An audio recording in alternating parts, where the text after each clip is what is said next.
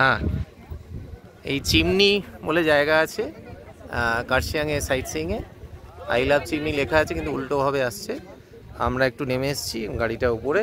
কার্শিয়াং থেকে লেপচা জগৎ যাওয়ার পথে আমরা ঘুম স্টেশন হয়ে মানে যাব, ডাউহিল রোড দিয়ে যাওয়ার সময় এই চিমনিতে আমরা দাঁড়িয়েছি। এই পুরো এটাতে কিন্তু এটা মেঘ কেটে যায়, এখন মেঘ আসছে, মেঘ চলে যায়।